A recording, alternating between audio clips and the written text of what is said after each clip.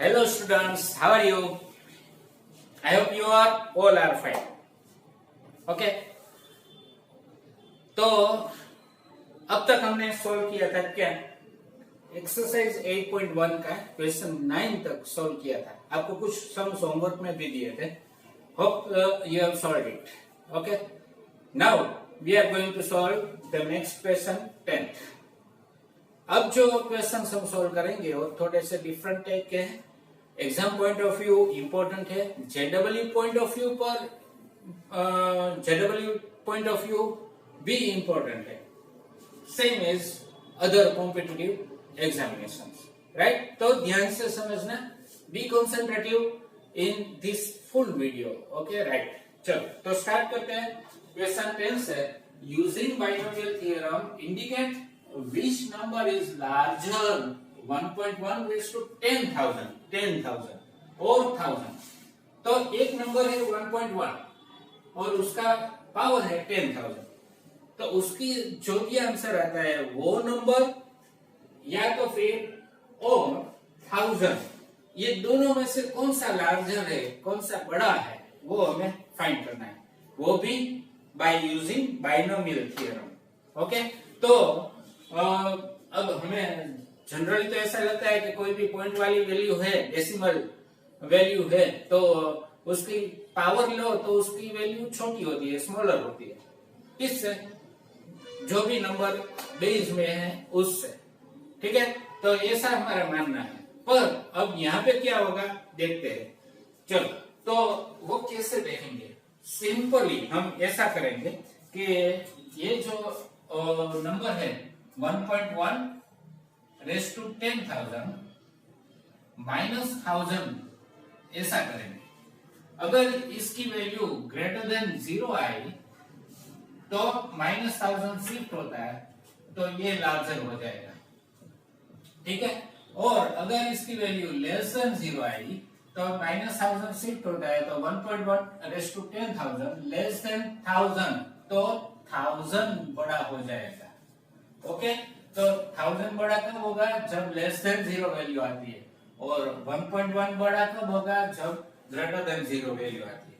तो ये comparison easy रहेगी. तो बट यूज करना है binomial theorem. How can we use binomial theorem. Always जहां पे पावर है वहां पे बाइनोमियल थ्योरम अप्लाई कर सकते हैं. तो चलो कर सकते हैं तो करें. पहले हम क्या लेंगे डायरेक्टली 1.1 रेस टू 10,000 लिखेंगे. माइनस करेंगे 1000.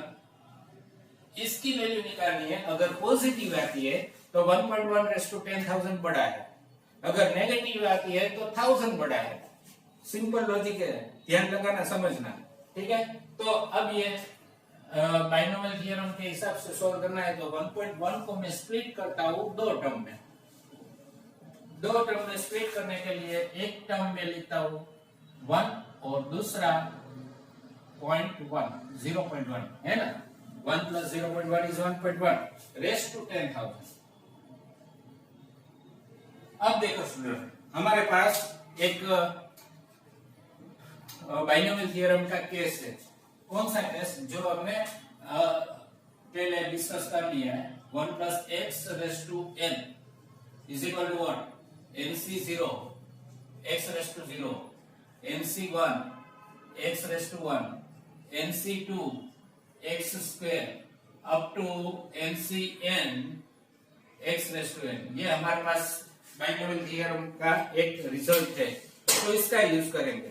देखो यहाँ पे 1 तो है तो x इक्वल टू क्या लेना होगा. x इक्वल टू लेना होगा 0.1 और n इक्वल टू क्या लेना होगा 1000 सॉरी 10,000.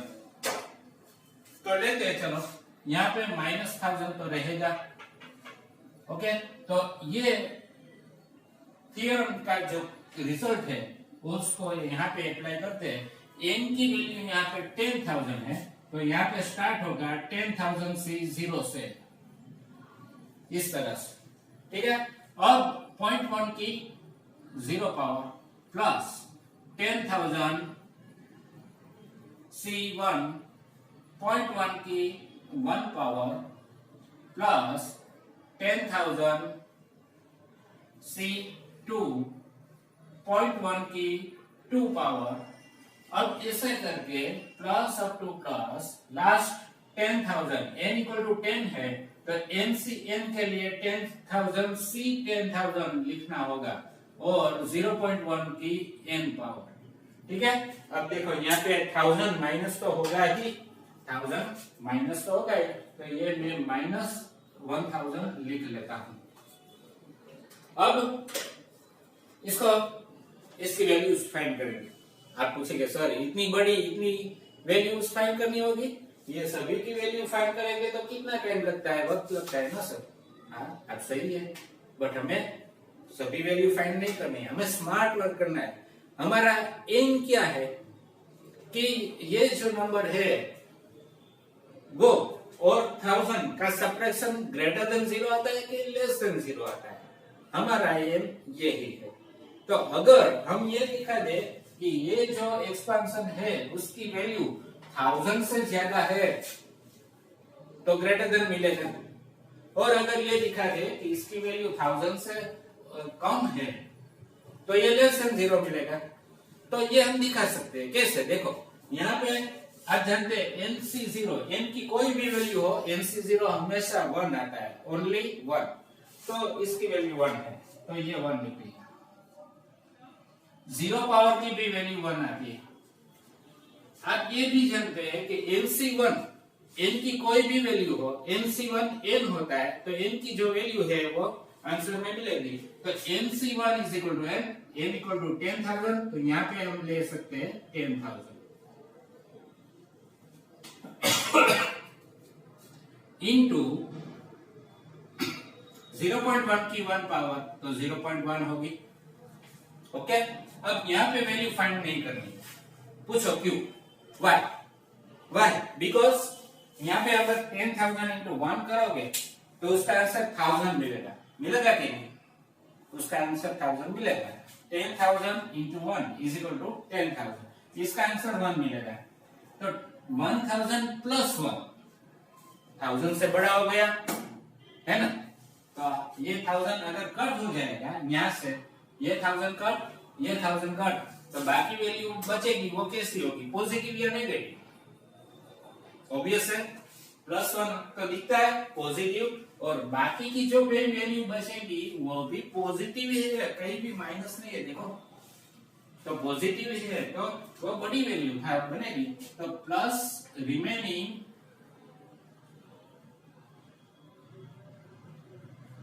पॉजिटिव वैल्यूज, तो ये हमें लिख देना है, फाइंड नहीं करना है, ठीक है। और ये -1000 तो रहेगा, ये -1000 तो रहेगा। ये जो स्टेप लिखा है वो इसके लिए है, तो मैं यहाँ पे ही लिख देता हूँ -1000। ओके, तो कंफ्यूजन ना आए। तो अब ये देखो स्टूडेंट्स कि ये इसकी वैल्यू 1000 होगी और ये 1000 इसके ये दोनों कट हो जाएगी, देखो ये कट ये भी कट, आप समझ लेगा इसका आंसर 1000 है इसलिए कट किया है, ठीक है। इसका आंसर क्या होगा 1000, ये इज इक्वल टू, मैं यहाँ पे सिर्फ आपको समझने के लिए दिखा रहा हूँ, तो ये 1000 है, ये भी 1000 में कट हो गया। तो अब remaining term is 1 plus positive,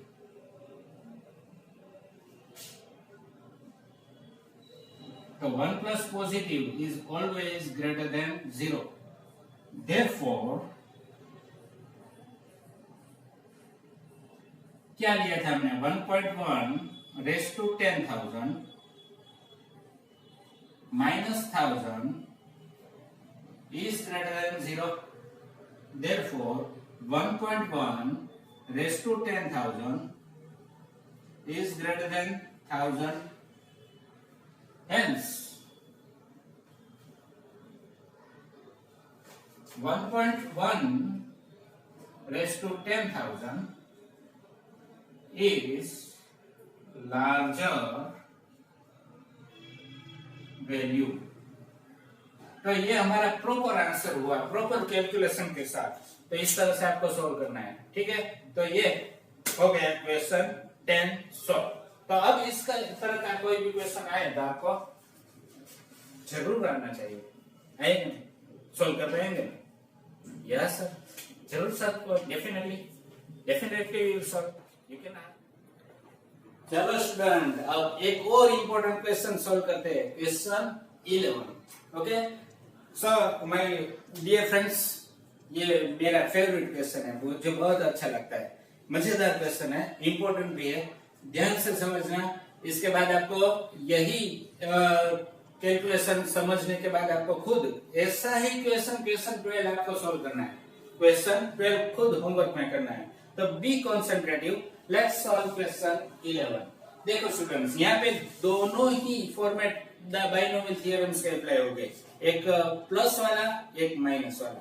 तो यहाँ पे प्लस वाला फॉर्मेट है, यहाँ पे माइनस वाला फॉर्मेट है। अच्छा, माइनस वाला फॉर्मेट है, उसमें हमें ये ध्यान में रखना है कि ये b नेगेटिव है, माइनस b है, तो b की पावर अगर ओड मिलती है तो उसको डायरेक्ट ही माइनस लिख लो, वो टर्म आपको डायरेक्ट माइनस लिख लेनी है, ठीक है, ये याद रखना है। So do remember that. और अगर मैं भूल जाऊं तो आप मुझे याद दिलाना, और बट आप कैसे याद दिलाओगे?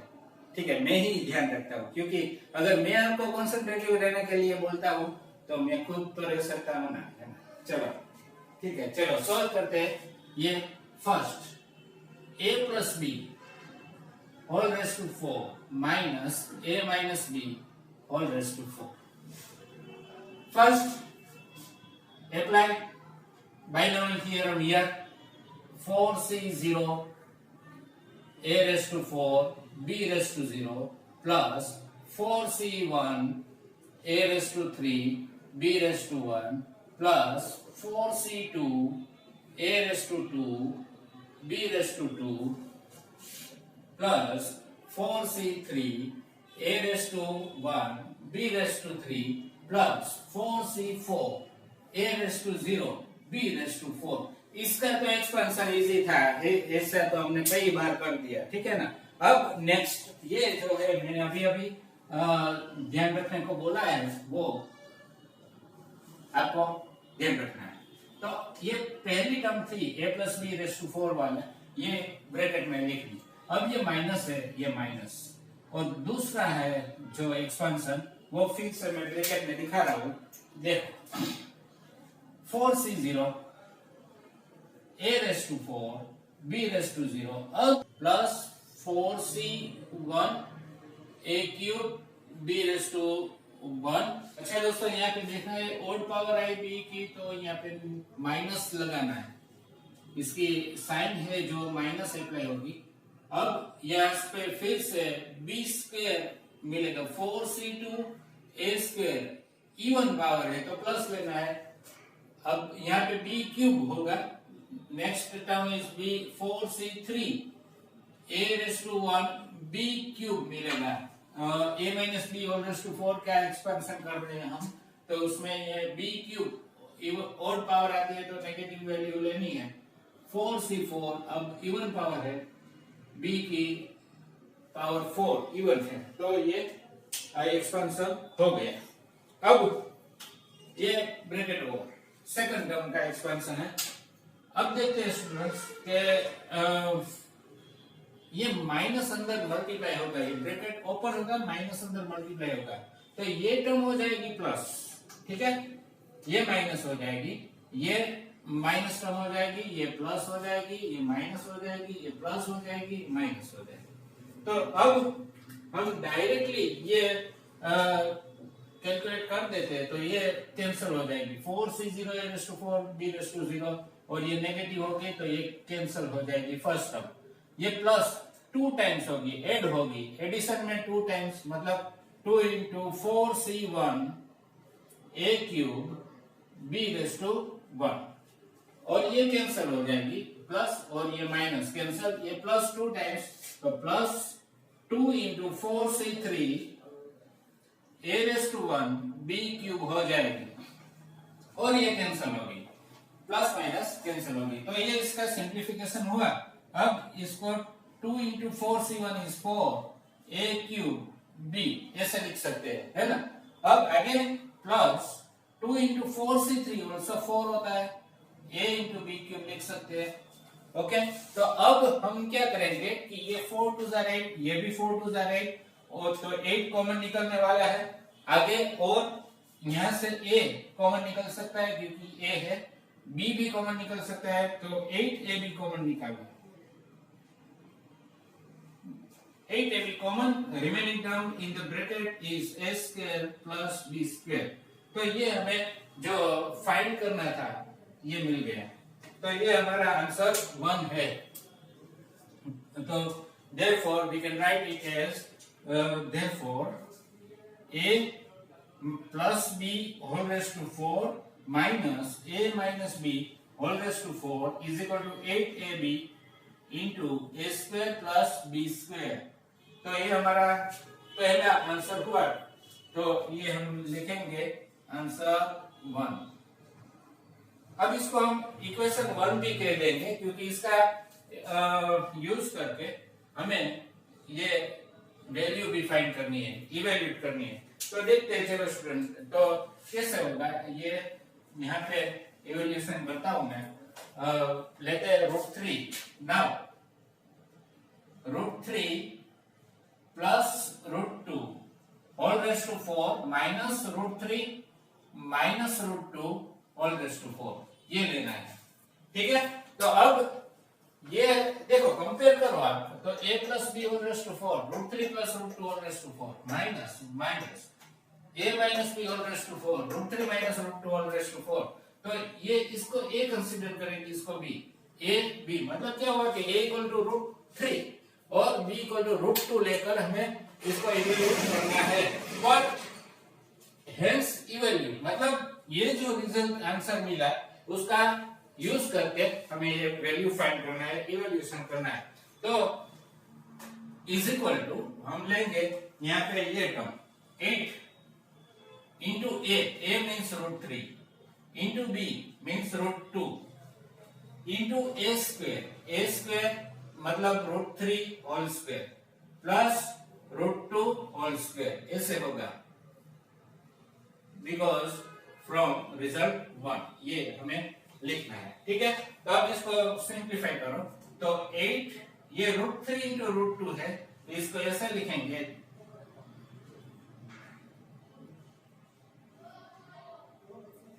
अंडर √3 इंटू 2 और इंटू ब्रैकेट √3 स्क्वायर मतलब 3 प्लस √2 स्क्वायर मतलब 2। तो 3 plus 2 5, 5 8s are 40 and 3 2s are 6 under √6। This is our answer number 2। Okay, तो ये हमारा दूसरा आंसर हो गया, आंसर 2। तो इस तरह से इक्वेशन 11 सॉल्व कर सकते हैं। इसी तरह से क्वेश्चन 12 आपको खुद सॉल्व करना है। ओके, यही मेथड अप्लाई होगी, पर उसमें थोड़ा सा बाइनोमियल थ्योरम जो यहाँ पे अप्लाई किया है उसका फॉर्मूला वो स्पेशल केस वाला डिस्कस किया था ना, वो अप्लाई करना पड़ेगा, तो वो आप करना है, होमवर्क में करना है। ठीक है, चलो अब देखते हैं क्वेश्चन नंबर 30।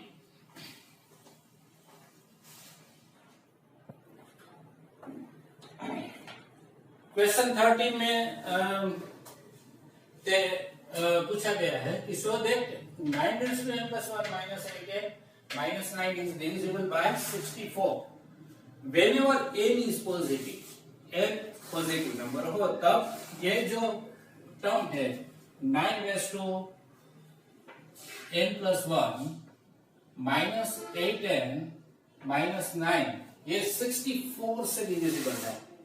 तो आप जानते हैं ना स्टूडेंट्स के कभी भी कोई भी वैल्यू अगर डिविजिबल है ऐसा दिखाना है तो हमें क्या करना चाहिए कि अगर 100 है तो 5 से डिविजिबल है, तो 100 डिवाइड बाय 5 करो तो 20 आंसर मिलता है, तो 5 into 20, तो ये 5 से डिविजिबल है ऐसा हम बोल सकते हैं। तो अगर मैं ये कहूँ कि 100 raised to k वो भी 5 से डिविजिबल है, तो ये कैसे लिखा है? तो आप सोचो स्टूडेंट, अगर मैं यहाँ पे 100 स्क्वायर लिखता हूँ तो 5 से डिविजिबल है, तो ये यहाँ पे और 20 के सिवा कुछ और मिलेगा। ठीक है, 27 के सिवा कुछ और मिल सकता है? क्या मिल सकता है? 20 into 100 2000 मिल सकता है। तो क्योंकि 10,000 हो जाएगा, तो ये फैक्टर अलग हो गया। अगर यहाँ पे 3 लेता हूँ k इक्वल टू 3, तो ये फैक्टर बदल जाएगा, पर ये सभी 5 से तो डिविजिबल है ही, तो दूसरा फैक्टर कौन सा मिलेगा ये हमें पता नहीं चलता जब ये अननोन वैल्यू हो। ठीक है, तो कभी भी कोई भी अननोन वैल्यू को डिविजिबल है कोई ना कोई नंबर से, तो वो कैसे दिखाते हैं? वो ऐसे दिखाते हैं कि अगर मैं इसको लिखना चाहूँ कि 100k इज डिविजिबल बाय 5, तो सेकंड फैक्टर मुझे मालूम नहीं, तो मैं m लिख दूंगा। कोई भी फैक्टर लिख सकता है, m इक्वल टू कोई भी सेकंड फैक्टर। ओके, तो यहाँ पे देखो, यहाँ पे 1 होता था तो 20 मिलता था, यहाँ पे 2 लिया तो 2000 मिलता, 3 लो तो और कुछ मिलेगा, तो ऐसे ये चेंज होता रहता है। तो एग्जैक्टली हम नहीं कह सकते, इसलिए इसको n से दिखाते हैं। तो 100 raised to k is divisible by 5, then you can take 100 raised to k is equal to 5 into n, ऐसे आप एक्सप्रेस कर सकते हैं। उसका एक्सप्रेशन ये है। ठीक है, तो यहाँ पे अगर ये 64 से डिविजिबल है, तो हमें प्रूव करना पड़ेगा कि ये टर्म 64 से डिविजिबल है, तो 64 into n ये प्रूव करना होगा। तो इसको हम कैसे लिखेंगे कि we have to prove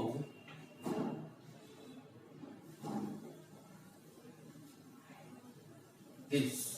okay, तो अब इसको प्रूव करना है by using binomial theorem. Binomial theorem का यूज करके इसको अगर प्रूव करना है, तो हमें ये जो भी टर्म दी जाती है उसमें से पावर वाली टर्म को टारगेट करना है। तो पावर वाली टर्म है 9n+1, तो उसको कैप्चर करो और उसमें बाइनोमियल थ्योरम अप्लाई करो, क्योंकि बाइनोमियल थ्योरम में पावर वाली टर्म है a+b^n। ठीक है, तो हमें ये पावर वाली टर्म लेना है। तो bye using binomial theorem 9n+1, तो 9n+1 मतलब अब इसको स्प्लिट करना होगा दो टर्म में, तो उसमें से हम एक टर्म ऐसे ले सकते हैं जिसका पावर का जो इवोल्यूशन है वो इजी रहे। तो हम ये इसको इस तरह से लिख सकते हैं 1+8n+1। क्या मैंने सोचा कि एक टर्म ऐसे लो जिसका सॉल्यूशन, उसका आंसर, उसके कैलकुलेशन इजी रहे, तो ये मैंने 1 लिया और दूसरा 8 लिया। ठीक है, तो 8 लेने से दूसरा फायदा भी होगा कि 8 की भाई पावर मिलेगी ना। यहाँ पे अब ये 1+x का एक्सपेंशन फॉर्म हम लेंगे बाइनोमियल थ्योरम का। 1+x⁻n का जो फॉर्मूला है 1+x⁻n वाला, वो हम अप्लाई करेंगे। nc0 x⁻0, nc1 x⁻1, nc2 x² up to ncn x⁻n, ये हम लगाएंगे, जिसको अप्लाई करेंगे।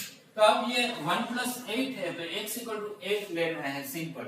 तो अब ये इसका इस्तेमाल करेंगे, इसको अप्लाई करेंगे, तो ये इससे मिलेगा n की जगह पे n+1 है। देखो स्टूडेंट, कभी भी ये मत कंफ्यूज होना कि अगर यहाँ तो n था, यहाँ पे n+1 हो गया, तो क्या करें? सिंपली इतना याद रखो, डू रिमेम्बर, सिर्फ क्या, only that whenever n is replaced by any number, you can replace n with that number in the full theorem.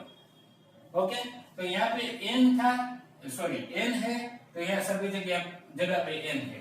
यहाँ पे 5 है, तो यहाँ पे सभी जगह पर 5 है। यहाँ पे 10 है, तो सभी जगह पर 10 है। यहाँ पे k है, k, तो सभी जगह पर k है। तो यहाँ पे n+1 है, तो यहाँ पे सभी जगह पर n+1 लिखना है। सिंपल, n+1 लिखना है, तो ऐसा करेंगे।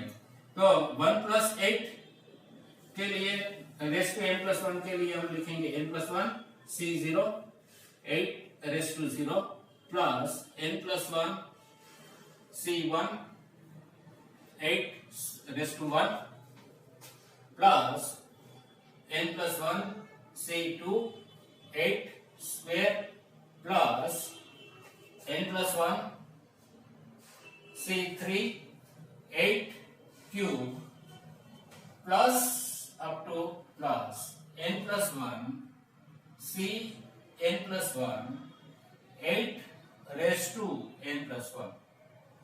हमारा टारगेट है 64m दिखाना, मतलब 64 कॉमन निकलता होगा। तब यहाँ पे इतनी सारी टर्म है तो इसका मतलब है कि कुछ टर्म में से 64 कॉमन निकलेगा। तो अब देखते हैं, ये जानते हैं कि NC0 ऑलवेज 1, तो n की जगह पे n+1 है तो n+1C0 भी 1 होगा, तो ये 1 8C⁻0 1। अब ये भी जानते हैं कि NC1 n होता है, तो यहाँ पे n+1C1 n+1 होगा, 8^1 is 8 प्लस। अब हमें स्मार्ट वर्क करना है, हमें क्या चाहिए 64, तो 64 यहां से मिल सकता है 8 स्क्वायर से, तो बाकी का जो भी टर्म रिमेनिंग टर्म है उसमें 8 स्क्वायर से ज्यादा पावर है, तो ये सभी कौन सी, ये सभी टर्म ये ब्रैकेट में दिखाता हूं, ये ब्रैकेट में जितनी भी टर्म मैंने दिखाई उसमें से 8 स्क्वायर कॉमन निकल सकता है, तो निकालो 8 स्क्वायर कॉमन, और remaining term in the bracket is only n+1 C2। अब इसको एक्सपांड नहीं करना है, इसके इवेल्युएट किए बगैर ऐसे ही रख दो, छोड़ दो, n+1 C3 8। अब देखो 8 स्क्वायर कॉमन निकल गया, तो जो भी पावर कॉमन निकलता है वो सब्ट्रैक्ट होती है, 3 - 2 is 1 8 and remaining last term is n+1 C n+1। अब यहाँ पे n+1 पावर है, 2 पावर कॉमन निकल गई तो 2 माइनस होगी, तो 8^n+1 -2 ओवर कैलकुलेशन ओवर। तो अब क्या होगा 9^n+1 is equal to 1 plus, इसको मल्टीप्लाई करो 8n प्लस 8, ठीक है, प्लस ये 64 हो जाएगा, और रिमेनिंग टर्म ये रिमेनिंग टर्म जो भी है इतनी, उसको हम n बोल देंगे। तो चलो बोल दे, यहाँ पे लिखेंगे n, where n is equal to this bracket, मैं पूरा नहीं लिख रहा हूं, ये ब्रैकेट आपको समझना है, ठीक है, ये ब्रैकेट, तो ये n की जगह पर मिल गया, m will be positive number, any positive number, जो दूसरा फैक्टर हमने यहाँ पे समझा था उसी तरह का ये है। तो अब क्या होगा देखो स्टूडेंट, 9^n+1 ये -8n, ये 8n शिफ्ट कर दिया लेफ्ट साइड में, 8+1 भी शिफ्ट हो गया, -9 इज इक्वल टू 64m। देखो मिल गया, ये जो भी प्रूव करना था ये मिल गया। तो hence it is prove that, ये पूरा क्वेश्चन लिख लेना है, ये इट इज डिविजिबल बाय 64, ये पूरा क्वेश्चन लिख लेना है, ओके, तो ये प्रूव हो गया। तो इस तरह से हम बाइनोमियल थ्योरम का यूज करके प्रूव कर सकते हैं, है ना, सिंपल, ओके।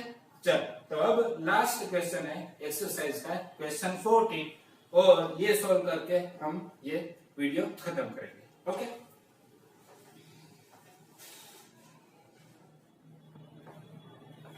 अब सॉल्व करते हैं क्वेश्चन 14। क्वेश्चन 14 एमसीक्यू में जनरली पूछा जाता है, ऑब्जेक्टिव में जनरली पूछा जाता है, ठीक है। तो कैसे सॉल्व करेंगे, कैसे प्रूव करेंगे, इसको प्रूव करना है। Prove that sigma r = 0 to up to n 3r into ncr = 4n, ऐसा प्रूव करना है। तो मित्रों हम जानते हैं कि सिग्मा का काम क्या है, सिग्मा का काम है एडिशन करना, समेशन करना।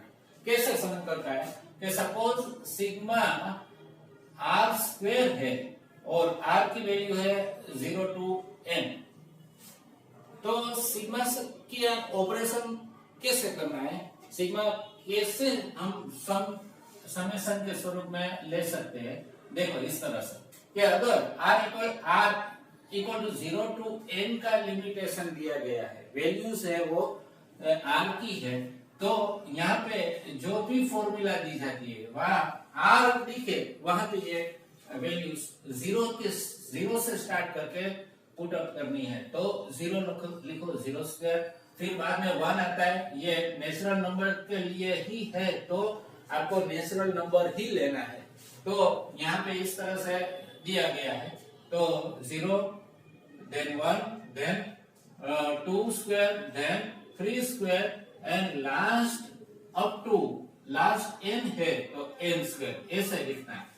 ठीक है, तो ये सिग्मा का काम है। अगर इस तरह से है, सपोज इस तरह से है कि सिग्मा की वैल्यू है r equal to 0 to n, और ये इस तरह से दिया गया है कि सपोज 5r, इस तरह से दिया, पावर में r है, बेस 5 है, तो कोई भी हो सकता है। तो आपको इस तरह से यहाँ पे r की वैल्यू यहाँ पे लिखनी है, 5/0, 5/1, 5/2, 5/3 अप टू 5/n, इस तरह से r की वैल्यू चेंज होगी 0 से लेके n तक। ठीक है, यहाँ पे अगर 3 तक दिया है 0 to 3, तो यहाँ पे स्टॉप हो जाएगा, 5/3 तक लिख सकते हैं, समेशन कर सकते हैं। अगर यहाँ पे ऐसा है कि sigma NCR r equal to 0 to n, तो आप कैसे क्या करेंगे, r की वैल्यू यहाँ पे लिखनी है, n एज इट इज रहेगा।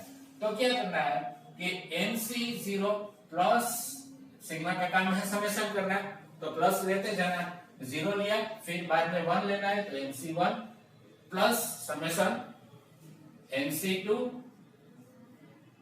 Plus NC3 plus up to last तक n है तो NCn तक, इस ऐसे ये हम सिग्मा का यूज कर सकते हो। तो यहाँ पे हमारे पास ये लेफ्ट साइड में LHS जो है वो इस तरह से sigma 3r multiplied by NCR। तो मैंने यहाँ पे r रेड लेटर में दिखाया है, रेड कलर में दिखाया है, तो r की वैल्यू कहाँ पे पुट अप करनी है, ये दो जगह, यहाँ पे r है तो r की वैल्यू यहाँ पे लेनी है। कहां से स्टार्ट होगी, 0 से, और खत्म कहां पे, एंड n तक। ठीक है, तो सबसे पहले मैं यहाँ से 0 पुट अप करूंगा, I will put here 0, 3/0 into NC0, then take 1, r equal to 1, देखो 3/1 into NC1, then take 2, sequence में लेना है 1 2 3 4 5 अप टू n, तो 3 स्क्वायर NC2, r की जगह पे मैंने 2 रख दिया है, I have substituted 2 in place of r, 3/3 NC3 plus up to plus, अब तो कई से इनफाइनाइट वैल्यूज है n तक, तो हम सभी नहीं लिख सकते, डायरेक्ट आप डॉट डॉट डॉट करके n रख लो, तो 3/n into NCn, तो replace it r by n, last term is 3/n NCn। अब देखो स्टूडेंट, क्या हमने जो बाइनोमियल थ्योरम के केसेस डिस्कस किए थे उसमें से एक केस ये था 1 plus x² is equal to NC0 x/0, NC1 x/1, NC2 x² up to NCn x/n सभी का एडिशन। तो ये केस था, पहला केस डिस्कस किया था हमने, सॉरी दूसरा case, a equal to 1 and b equal to x लेते हैं, तो ये है। तो अगर आप ये कंपेयर करो तो हमने ये सिंबल यूज किया है, नोटेशन यूज किया है NCR के लिए, यहाँ पे NCR वाला नोटेशन है, तो कोई बात नहीं, हम इसको यहाँ पे इस तरह से ले सकते हैं, NC0 ये NC0 into 3/0, NC1 ये NC1 into 3/1, NC2 3 स्क्वायर ये 3 स्क्वायर, NC3 3 क्यूब ये 3 cube, up to NCn 3/n। अगर आपको ये लिखना अच्छा लगता है C वाला सिंबल तो कोई बात नहीं, एज यू विश, जैसा आपको कंफर्टेबल रहे। ठीक है, आपको अच्छा लगे, हंसते हंसते लिख सके, खुश होकर लिख सके, ऐसा लिखना है। ठीक है, तो ये मेरी हंसी मेरी खुशी इस तरह से लिखने में, ठीक है, इसलिए मैं ये लिख रहा हूं। तो अब ये मैंने लिख दिया। अब इसको कंपेयर करो, देखो ऐसा ही लगता है कि नहीं, यहाँ पे देखो ऐसा ही, ये सेम लगता है, सिर्फ चेंज क्या है, चेंज है x इक्वल टू 3 है, यहाँ पे चेंज क्या है, x इक्वल टू 3 है, 3 ओके, तो ये 3, तो x इक्वल टू 3 हमें यहाँ पे लेना है, सिंपल, ओके। तो 1 प्लस 3 रेज़ टू n, ये बाइनोमियल थ्योरम यूज हो गया बिकॉज दिस रिजल्ट अप्लाइड। तो 1 plus 3 raise to n is equal to 4 raise to n हो गया proof. LHS equal to RHS, LHS equal to RHS, LHS equal to RHS, proof, hence proof. तो ये ऐसे prove कर सकते हैं और डायरेक्ट भी आंसर दे सकते हैं। कभी भी इस तरह का रिजल्ट मिले तो ये डायरेक्ट आंसर आप लिख सकते हैं। अगर यहाँ पे 5 होता तो 5 होता तो यहाँ पे 6 होता, 1 प्लस करना है। अगर यहाँ पे 10 होता तो यहाँ पे 11 होता है, 1 प्लस करना है, ठीक है। ये आपको ट्रिक मिल गई एमसीक्यू के लिए सॉल्व करने के लिए। बाकी फॉर्मेट सेम है, ये फॉर्मेट तो फिक्स है, ओके। तो ये मैंने शायद आपको जो पीडीएफ भेजी है उसमें भी इस तरह का एक रिजल्ट है, ओके, ये आप ध्यान में रखना। चलो, तो अब ये वीडियो यहाँ पे खत्म करते हैं, अगली वीडियो में फिर मिलेंगे। आपको मैंने बताया ऐसे होमवर्क में क्वेश्चन, कौन सा क्वेश्चन दिया था, 12 करना है और उसके एक्सरसाइज 8.1 के पहले के एग्जांपल है जो टेक्स्ट बुक में दिए गए इलस्ट्रेशंस 1 to 4 वो भी आपको करना है, ठीक है। तो होमवर्क क्वेश्चन क्या हुआ है, होमवर्क क्वेश्चन एक तो एक्सरसाइज का 12 और एग्जांपल 1 to 4, ये आपके लिए होमवर्क क्वेश्चन है, सभी ये आपको ख्याल रखना है, ठीक है। तो चलो अब यहाँ पे रुकते हैं, अगली वीडियो में फिर से नए टॉपिक के साथ मिलेंगे। Till then take care of yourself, bye bye.